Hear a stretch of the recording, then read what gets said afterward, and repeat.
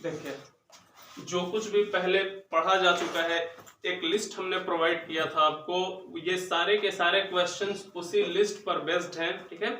और इसमें जहां जहां भी ब्लैंक्स दिए हुए इसमें आपको सुटेबल प्रपोजिशन भरने हैं, और ये ऊपर के जो 3 सेंटेंसेस हैं ये ऑलरेडी इनकरेक्ट हैं, ठीक है ना, और इनको आपको करेक्ट करना है। देख लीजिए अच्छे से क्या क्या पॉसिबल एरर हो सकते हैं इसमें। देखिए मैं फिर से बता देता हूं आपको, सिर्फ ये जानना काफी नहीं है कि ये सेंटेंस सही है और ये सेंटेंस गलत है। इतना कह देने से जो है आपका नॉलेज किसी मामले में इनहांस नहीं होगा, ठीक है ना। अब आपको देखना पड़ेगा कि अगर कोई सेंटेंस सही है तो क्यों सही है, गलत है तो क्यों गलत है। अगर ये अप्रोच डेवलप हो गई तो यकीन मानिए आप एक बेहतरीन स्टूडेंट के तौर पे जो है काउंट किए जाएंगे कहीं भी, ठीक है ना। अब देखिए जरा सा, मैं बार बार क्यों कहता हूं कि जो है हिंदी मीनिंग से इंग्लिश के ट्रांसलेशन का कोई लेना देना नहीं है, ठीक है। आप अगर चाहो तो इसका हिंदी निकाल कर देख लो, एक सेंटेंस गलत नहीं दिखेगा तुमको, ठीक है। लेकिन बात इंग्लिश की है, हिंदी की नहीं है। हिंदी मीडियम जो है आपको जो है हमेशा जो है नुकसान ही करेगा इंग्लिश सीखते समय। अब एक चीज देखो, he did not tell about his new movie, ठीक है ना। अब एक बात समझना, ये जो न्यू मूवी है इसके पहले अबाउट हमने प्रपोजिशन दे रखा है, इसका मतलब इस प्रपोजिशन का ऑब्जेक्ट ये न्यू मूवी हो जाएगा। अब हम देख रहे हैं कि एक वर्ब यहाँ पे भी टेल है, टेल जो है होती है वो ट्रांजिटिव वर्ब है, ठीक है ना। अगर ये ट्रांजिटिव वर्ब है तो इसका मतलब ये हो गया कि इसका भी ऑब्जेक्ट देना था हमको, इसका ऑब्जेक्ट तो खैर देना ही पड़ेगा आपको। तो अब हमें क्या दो ऑब्जेक्ट की जरूरत है, दो ऑब्जेक्ट की जरूरत है, इसलिए जो है ये सेंटेंस गलत हुआ क्योंकि इसके बाद तो ऑब्जेक्ट नहीं है, ठीक है। हाँ, अगर इसके बाद आप कोई ऑब्जेक्ट दे भी देते ना यहाँ पे, अगर यहाँ पे कोई ऑब्जेक्ट दे भी देते तो भी ये सेंटेंस गलत होता, यहां ऑब्जेक्ट दे देते तो भी सेंटेंस गलत होता। इसलिए गलत हो जाता क्योंकि ये जो टेल होती है ये होती है डाइट्रांजिटिव। डाइट्रांजिटिव का मतलब है कि इसको आप दो ऑब्जेक्ट देना पड़ेगा आपको, तब जाके ये सेंटेंस सही होगा। डाइट्रांजिटिव का मतलब वो ट्रांजिटिव वर्ब जो डबल ऑब्जेक्ट लेता है। यहां सिंगल ऑब्जेक्ट अगर दे भी दोगे तो एक ही ऑब्जेक्ट होगा ना इसका, ये सेंटेंस फिर भी गलत हो जाएगा। अब इसको सही कैसे करना है वो सुन लीजिए।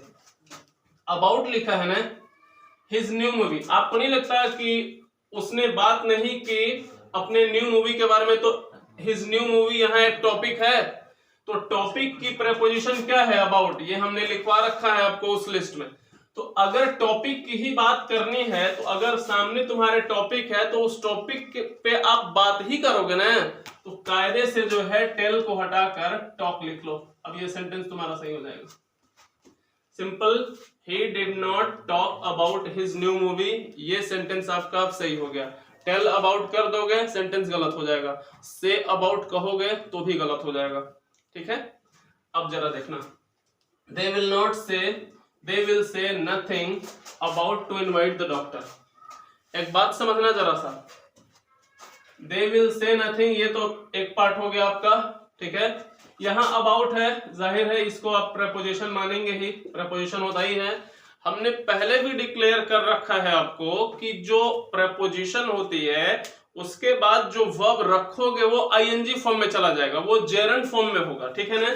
तो अब यहां देख रहे हैं कि यहां इन्फिनिटिव दिया गया है, ये हो गया गलत, अब यहां इनवाइटिंग रखना पड़ेगा।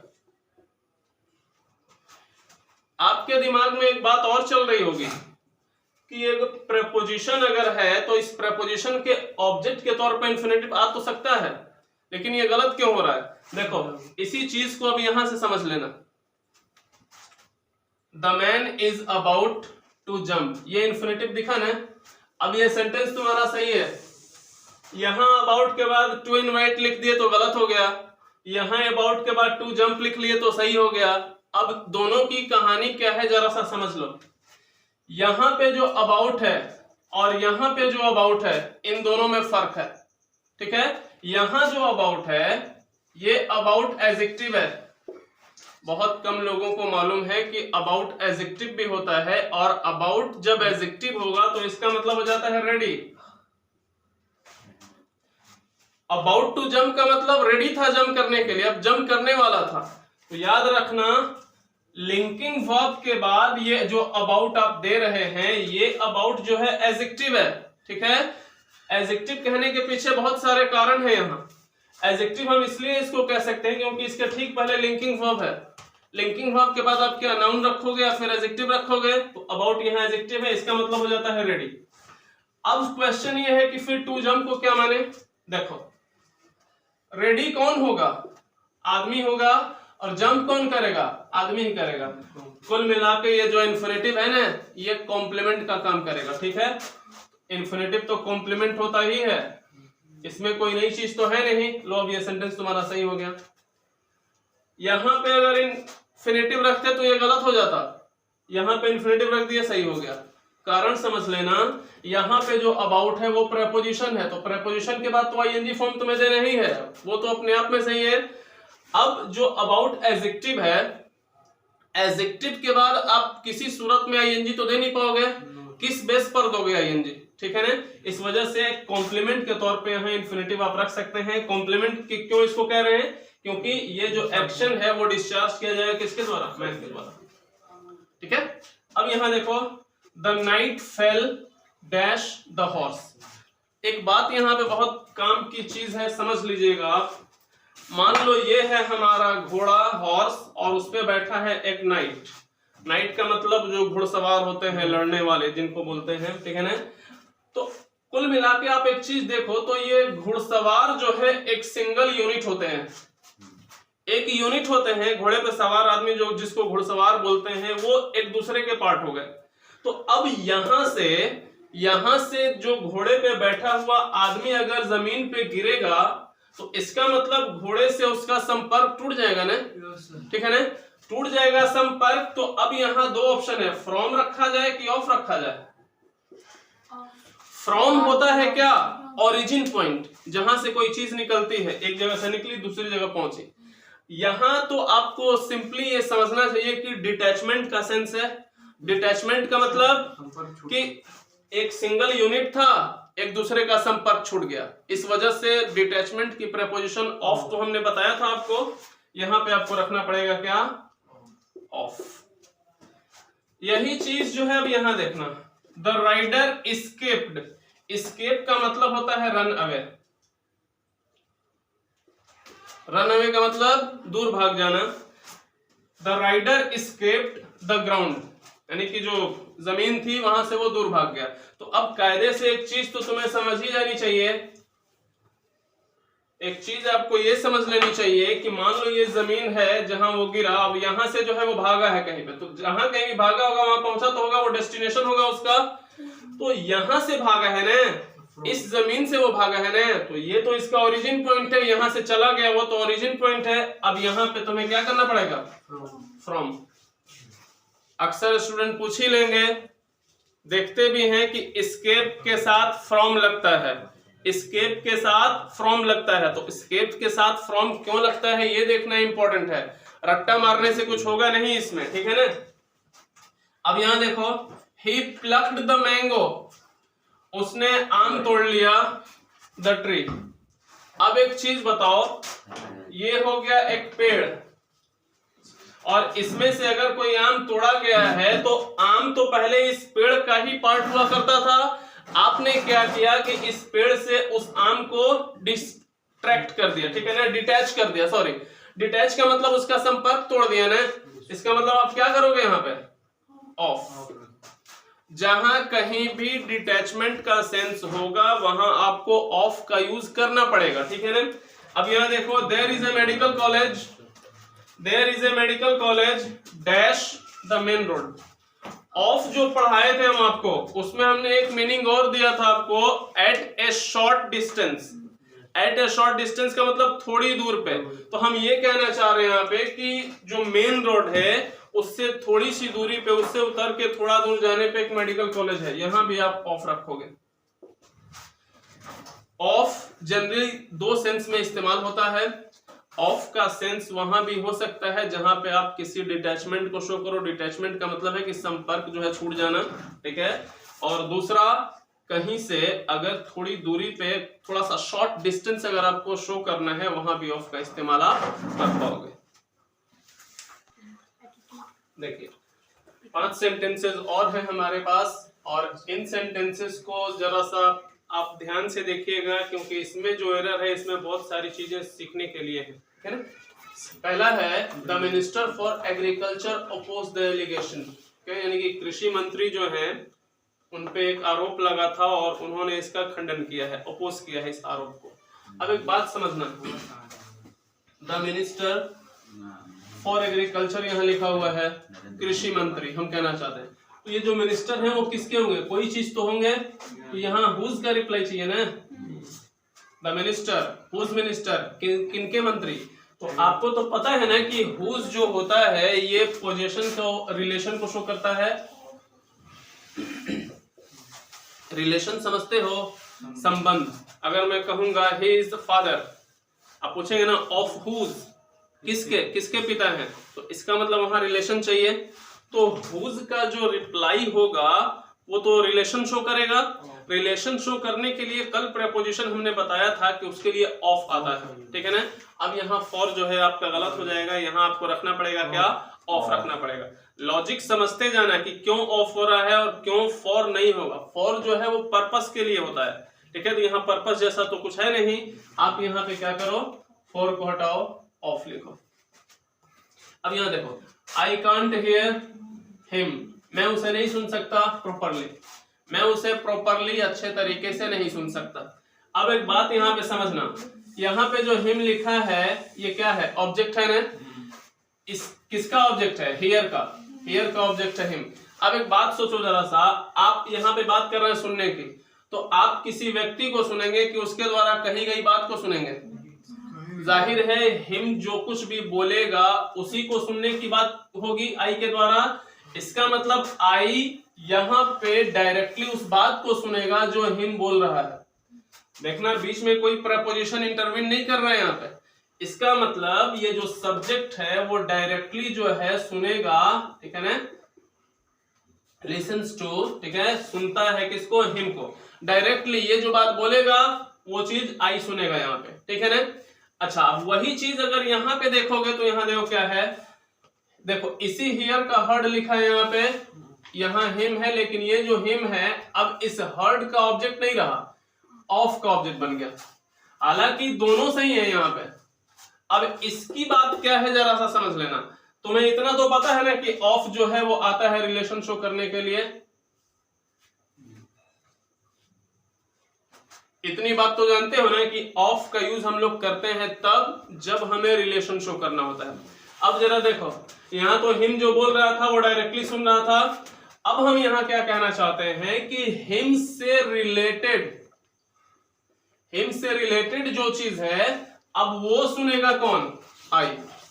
मतलब ये मान लो ये जो हिम है वो हमसे दूर है, आप सुनेंगे क्या, कोई बात ही सुनेंगे ना, कोई इंफॉर्मेशन सुनेंगे आप, ठीक है। मान लो अगर मैं कहूं कि मैंने उसके बारे में ऐसा सुना है, उसके बारे में ऐसा सुना है, तो उसको कहते हुए मैंने नहीं सुना, उसके बारे में सुना है, उसके बारे में। मान लो अगर कहा जाए वह पास हो गया, ये इंफॉर्मेशन आप सुन रहे हैं, इसके बारे में इंफॉर्मेशन सुना जा रहा है ना, इसके बारे में आप तो सुन रहे हैं, इसके बारे में इंफॉर्मेशन, ये तो कुछ नहीं ना कह रहा है। इसके बारे में जो कुछ भी इंफॉर्मेशन है अब वो सुनेगा आई।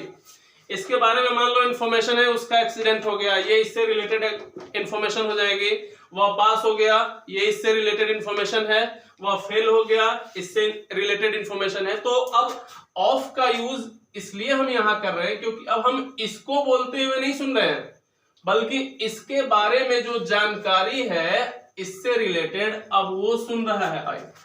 ये दोनों फर्क आप समझ रहे होंगे। आई कांट हियर हिम, मैं उसको नहीं सुन सकता, यानी कि वो जो बोलता है वो मैं नहीं सुन सकता। I have not heard of him, मैंने उसके बारे में कुछ नहीं सुना है। उसके बारे में सुनने का मतलब कि ये नहीं बोला होगा कुछ, इसके बारे में जो खबर है वो आप सुने होंगे। अब यहाँ पे दोनों में डिफरेंस यही है। अब यहाँ देखो, I shall talk to with of him. अब इसमें से हम किसको सही माने किसको गलत माने जरा सा ध्यान से समझ लेना। एक चीज है, मान लो एक व्यक्ति यहाँ है मोहन, यहाँ पे एक व्यक्ति है श्याम, ठीक है, तुम्हारी फोटो लग रही है जी। यहां से मोहन अगर कोई बात बोल रहा है श्याम को, तो बोलने वाला तो ये हो गया, इस जो बात ये बोल रहा है इसका रिसीवर कौन है, श्याम है कि नहीं यहाँ पे, तो जो रिसीव करेगा वो तो टू होगा ही, रिसीवर टू होता है ना, जो ट्रांसमीटर है जो बात करेगा, यहां से तो बात जा रही है, जो रिसीव कर रहा है बात को, जिससे हम बात कर रहे हैं, वो तो टू अपने साथ लेगा ही, क्योंकि बात वहां तक पहुंच रही है, डेस्टिनेशन हम यहां से बोल रहे हैं, तो हमारे बोलने का जो डेस्टिनेशन है वो किसको हम सुनाना चाह रहे हैं, इस लड़के को, तो डेस्टिनेशन हमारा यही होगा, टू रखेंगे, लो यहाँ टू सही हो गया। कभी कभी देखते होगे तुम कि आई शैल टॉक विथ हिम भी होता है, विथ हिम क्यों होता है, जरा एक बात समझना, यहाँ पे जो टू हम रखेंगे ये हो जाएगी वन साइडेड टॉक, यानी कि हम बोलेंगे और मेरा सामने वाला सुनेगा, ये वन साइडेड टॉक जो होती है ये होती है टू, क्यों, क्योंकि यहां से जो बात बोला जाता है वो सामने क्या किया जाता है, सुना जाता है सिर्फ।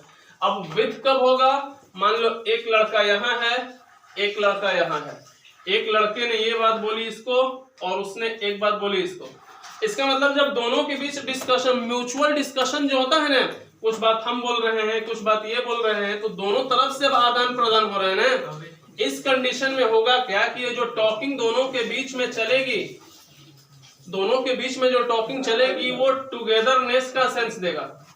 टुगेदरनेस का मतलब दोनों अब उस बातचीत में इन्वॉल्व हो गए। तो मैंने कल क्या कहा था आपको कि विथ का यूज वहां कर सकते हो जब दो लोग एक साथ इन्वॉल्व होकर कोई काम करेंगे, ठीक है।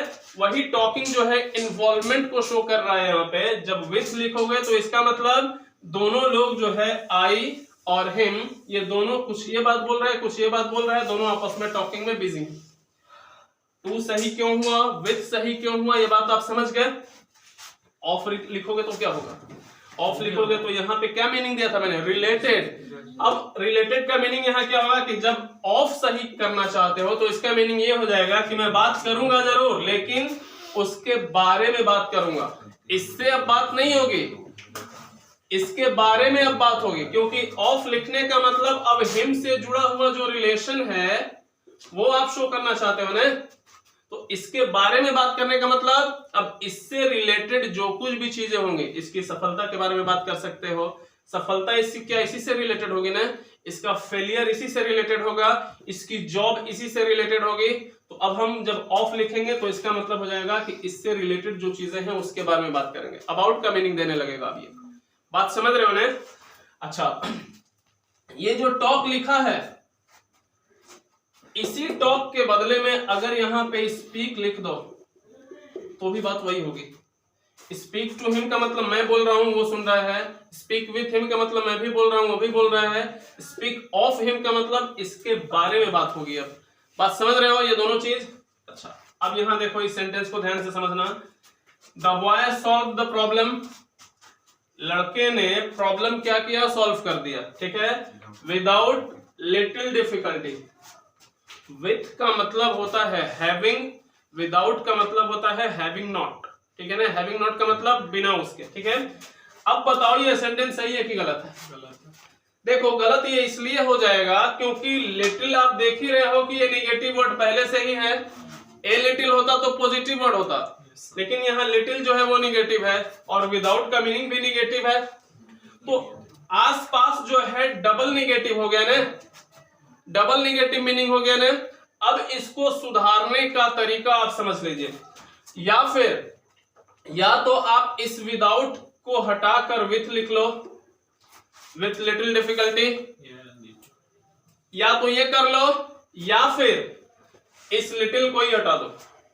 The boy solve the problem with difficulty अगर कर दोगे तो इसका मतलब ये हो जाएगा कि उसने समस्या थी उसको इस प्रॉब्लम को सॉल्व करने में, इस तरीके से सही कर लोगे। विदाउट जो है ऑलरेडी निगेटिव वर्ड है, इसके साथ एक और निगेटिव वर्ड जो है आप मत दे देना। बात समझ रहे हो ना। ये हो गया। कुल मिलाकर इन सेंटेंसेस में आपको इतना तो पता चल गया होगा कि कॉन्टेक्स्ट ही जो है मैटर करता है, अन्य चीजें जो रट्टा मारने की हैं वो सब बकवास है प्रेपोजिशन में, ठीक है। देखो प्रपोजिशन जो होती है इसमें खास तौर पे ये तो एक प्रचलित चीज है कि कोई भी वेपन होगा तो उसके साथ विथ रखेंगे, ये सब ठीक है ना। अब इस प्रचलन में कहां तक सच्चाई है आज आपको समझ में आ जाएगा, ठीक है ना। पहले देख लो अच्छे से। दे फॉट वे लोग लड़े, ठीक है ना, मॉडर्न राइफल्स के साथ। तो जाहिर है अगर ये लड़े होंगे तो मॉडर्न राइफल्स उनका वेपन रहा होगा, एक इक्विपमेंट रहा होगा, ठीक है ना। इक्विपमेंट जो है औजार, इसके लिए तो विथ आप देते हैं, चलो आपकी ही बात मान लेते हैं, विथ हो गया यहाँ, जो कि सही भी है, गलत मत मान लेना इसको, ठीक है। लेकिन अब एक बात बताओ, यहाँ भी दे फॉट है, यहाँ पे डिटर्मिनेशन है। डिटर्मिनेशन का मतलब क्या होता है? संकल्प। तो संकल्प जो है वो कोई इक्विपमेंट तो है नहीं, ये जो है वो कंक्रीट है, ये राइफल जो है वो कंक्रीट इक्विपमेंट है, विथ रख लिए। लेकिन ये जो डिटर्मिनेशन है ये एब्स्ट्रैक्ट है ना। एब्स्ट्रैक्ट का मतलब ये कोई फिजिकल फॉर्म में नहीं है।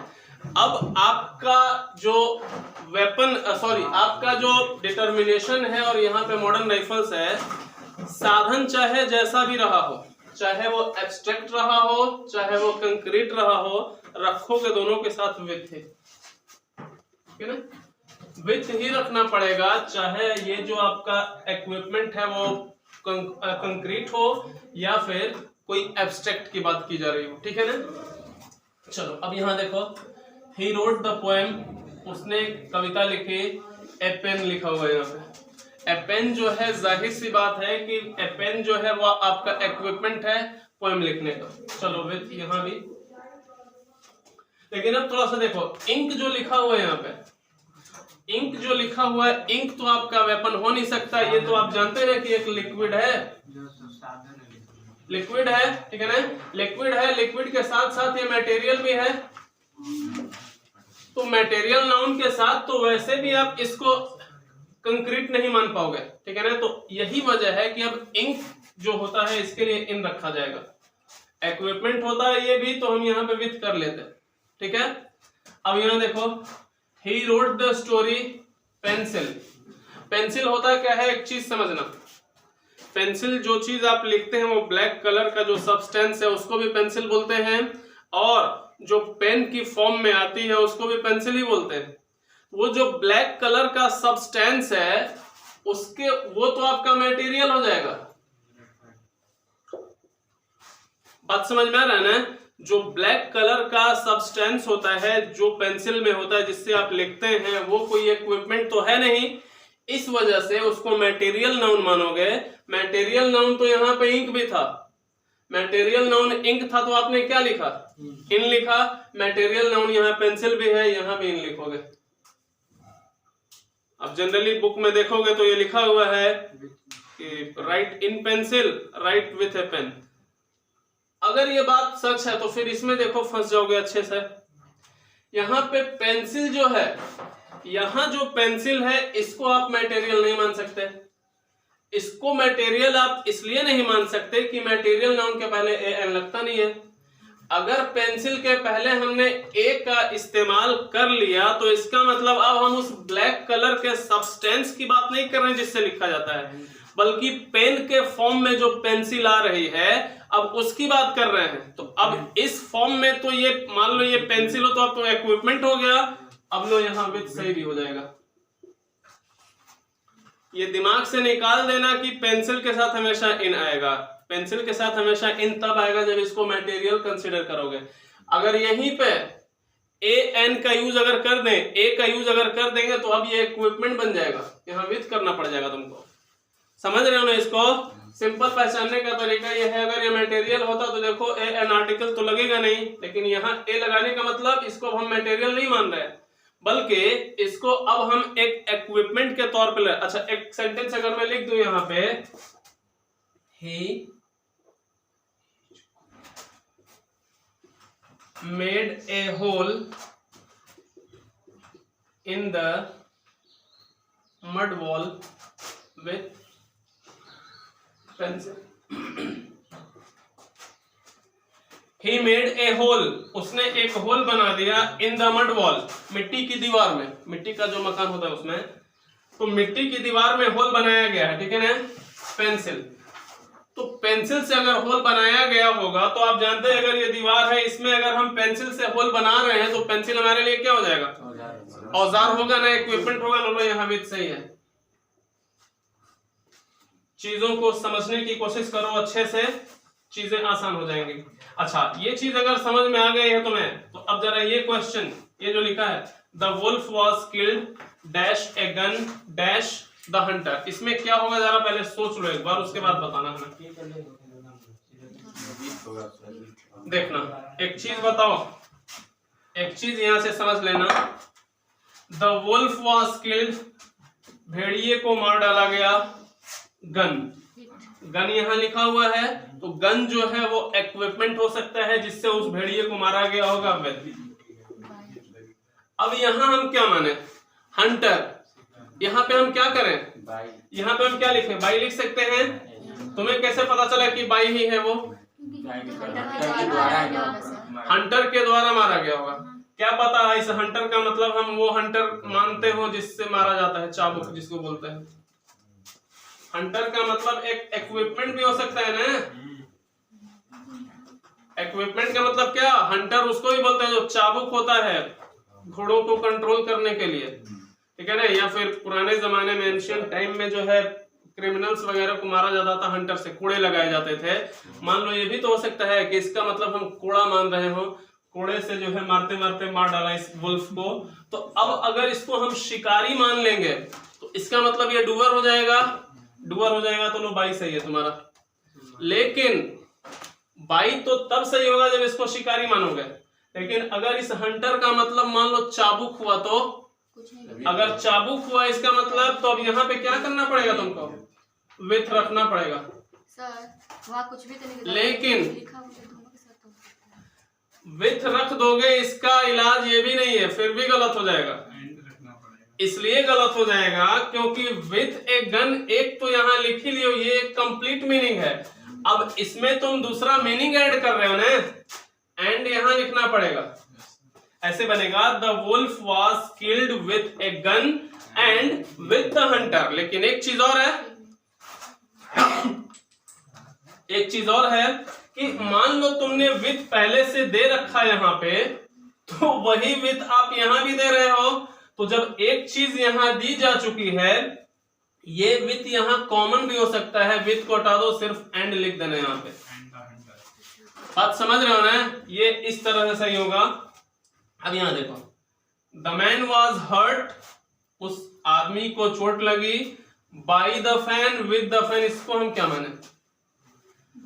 अब जरा एक चीज समझना, चोट लगी है किसी व्यक्ति को, विथ अगर रखोगे, विथ और बाई में फर्क क्या है, जरा सा एक चीज समझ लेना।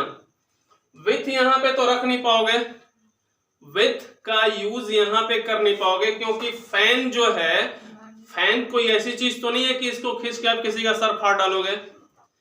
बाई यहां पे जस्टिफाई कर सकते हो। अच्छा, बाई तो ये जानते हो कि जो है जहां पे अगर फैन किसी तरह का इक्विपमेंट तो है ही, फैन इक्विपमेंट है ना, अगर ये फैन इक्विपमेंट है, इक्विपमेंट की मदद से किसी को हर्ट किया गया है, तो यहाँ विथ भी पॉसिबल था और बाई पॉसिबल क्यों नहीं है, ये हम बताना चाह रहे हैं। विथ पॉसिबल क्यों नहीं है पहले ये बता दो, पहले ये जान लो। विथ पॉसिबल इसलिए नहीं है, अब यहां भी एक विथ है ना, कहीं गन वाला था, ठीक है। यहां जो है ये जो गन है, यहां पे विथ पॉसिबल होगा, इसलिए पॉसिबल होगा क्योंकि गन चलाने वाला व्यक्ति यहाँ पे मौजूद है। कोई व्यक्ति होगा तभी तो गन जो है चलेगी, यहाँ पे विथ सही हो जाएगा। लेकिन यहाँ कोई ऐसा व्यक्ति तो मैं समझता हूँ नहीं होगा कि पंखा उठा के जो है निकाल के उसमें से तुमको मारेगा। विथ इसलिए यहाँ गलत होगा। बाई क्यों सही हो जाएगा, बाई तो आता है डूअर के लिए, डूअर के लिए आता है बाई, बाई सही हो जाएगा। अब तुम्हारे दिमाग में चल रहा कि पंखा कैसे डूअर हो सकता है, पंखा कैसे डूअर हो सकता है, पंखा ऐसे डूअर हो सकता है। मान लो नीचे बैठे हो, ऊपर जो कड़ी में पंखा लगा है टूट के गिर जाए तुम्हारे सर पे, वहां उस पंखे को किसी ने हाथ से टच भी नहीं किया आपको मारने के लिए, हुआ क्या कि एक्सीडेंटली वो पंखा आपके सर पे गिर गया, तो इसका मतलब किसी व्यक्ति का इन्वॉल्वमेंट तो नहीं था उस पंखे से आपको मारने में। अब वो पंखा रिस्पॉन्सिबल है खुद आपको हर्ट करने के लिए, तो इस कंडीशन में इसको आप डूअर नहीं मान पाओगे। जैसे ही ये बाई यहां रखोगे तो इसका मतलब एक्सीडेंटली जो है हर्ट किया गया है किसी व्यक्ति को। एक सेंटेंस और देखो जरा सा, the boy was hurt with by a bottle. अब यहां देखो, द बॉय वॉज हर्ट, लड़के को चोट लगी, विथ ए बॉटल। यहां पॉसिबल है, हो सकता है कि एक आदमी जो है बोतल खींच के मार दिया हो किसी को, लेकिन पंखा उठा के वहां से निकाल के और पंखा खींच के मारना किसी को, ये तो जो है इलॉजिकल सेंस दे रहा है। यहाँ विथ भी सही हो जाएगा, विथ इसलिए सही हो जाएगा क्योंकि अब इस कंडीशन में विथ को उस इक्विपमेंट मानना पड़ेगा, वो औजार मानना पड़ेगा जो किसी व्यक्ति ने खींच कर मारा है, इस वजह से ये हर्ट हो गया। बाई का यूज यहाँ पे जब करोगे तो इसका मतलब क्या है, कोई एक्सीडेंटली जो है हर्ट कर दिया है इस लड़के को, इसमें किसी व्यक्ति का इन्वॉल्वमेंट नहीं होगा। मान लो कि कहीं बोतल सजा के रखा हुआ है, कोई आदमी उसके नीचे बैठा है, बोतल जो है किसी वजह से गिर गया उसके सर पे, तो वो बोतल को किसी व्यक्ति ने तो नहीं टच किया है ना, वो तो अपने आप जो है मार दिया, उस बोतल ने अपने आप हर्ट किया है उसको। उस कंडीशन में बाई सही हो जाएगा, लेकिन विथ जब रखोगे तो इसका मतलब ये हो जाएगा कि आप ये बताना चाह रहे हो कि इस बोतल को किसी ने औजार बनाकर किसी को मार डाला।